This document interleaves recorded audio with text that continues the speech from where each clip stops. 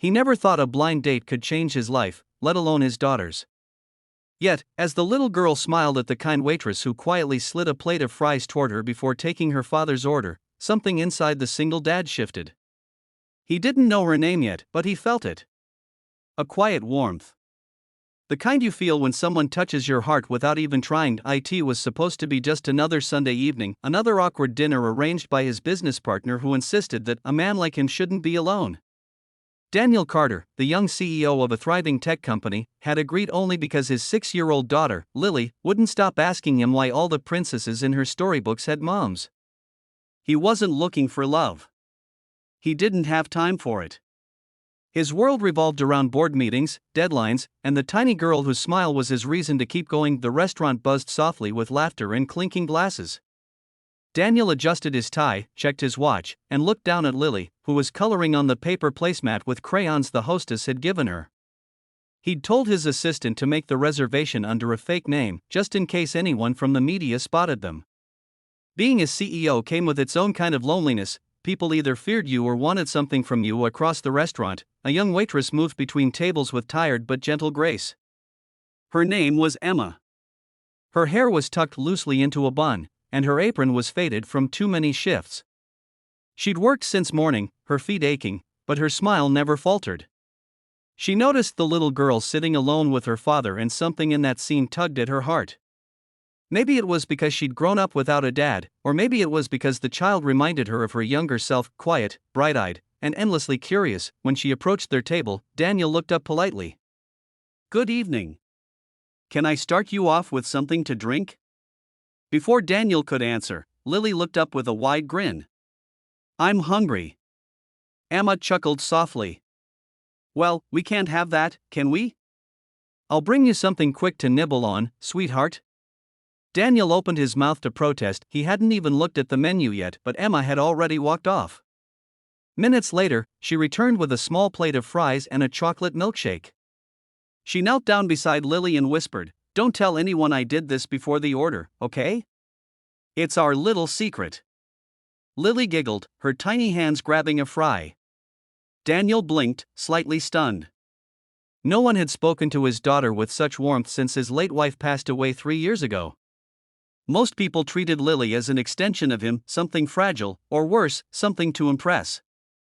But this woman, she just saw a little girl who was hungry. As the evening went on, Daniel's supposed date sent a message she wasn't coming. "Business emergency," she said. Daniel didn't care. For the first time in a long time, he didn't feel like a CEO or a widower. He just felt like a dad, sitting in a small restaurant, watching his daughter laugh. Emma checked on them often, chatting with Lily and occasionally stealing glances at Daniel. He was handsome in a quiet, tired way.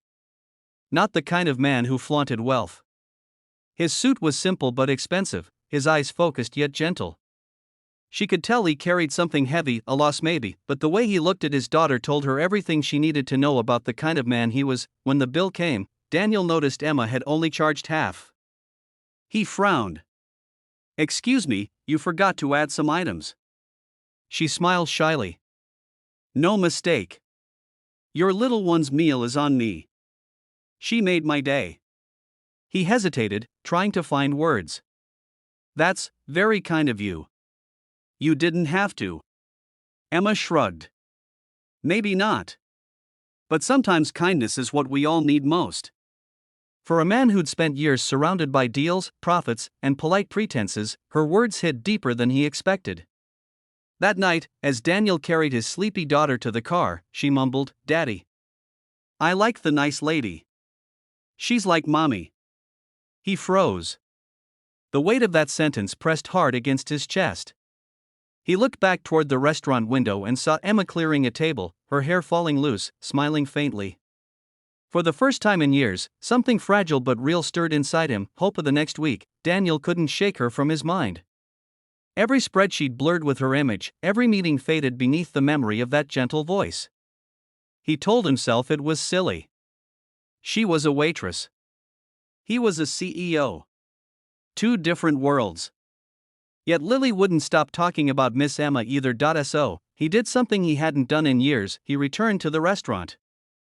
This time, he wore jeans, not a suit. He wanted to be just a dad, not the man people bowed to. When Emma saw him walk in with Lily, her surprise quickly softened into a smile. "You again," she said playfully.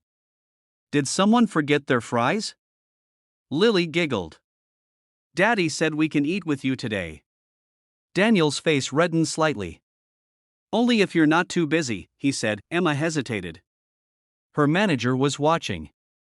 But then she saw Lily's hopeful face and nodded. "Give me 10 minutes.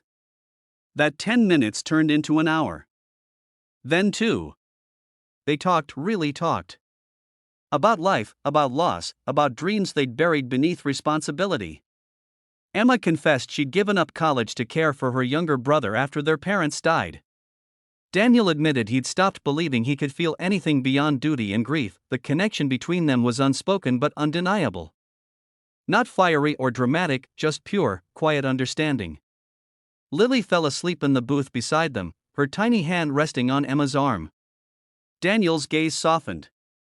"She doesn't let anyone close like that," he said quietly. Emma looked at the sleeping girl, her eyes glistening. "Maybe she feels safe." Weeks passed. Daniel kept visiting, always with Lily, always leaving lighter than before. He learned that love didn't have to be grand gestures. It could be a shared laugh over spilled ice cream, or a kind waitress who remembered your daughter's favorite milkshake flavor. One evening, as rain drummed softly outside the restaurant, Daniel finally asked, "Emma, what if I told you that I'm not who you think I am?" She frowned slightly. "What do you mean?" "I'm Daniel Carter, CEO of Carter Tech." Her eyes widened. "Wait, the Daniel Carter? The one on the magazine covers?" He nodded. "I didn't want you to see that side first. I just wanted to be me." Emma was quiet for a long moment, then smiled softly.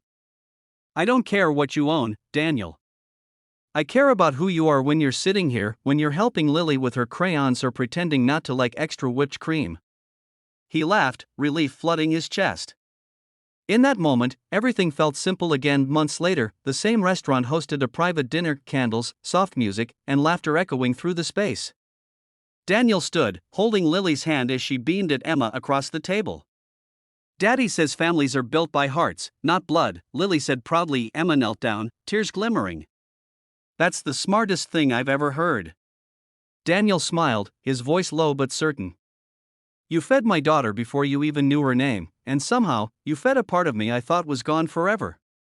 As he took her hand, the little girl squealed with joy, clapping her hands, and in that small restaurant, beneath the golden light and scent of coffee and rain, 3 hearts, once broken and lonely, finally found home.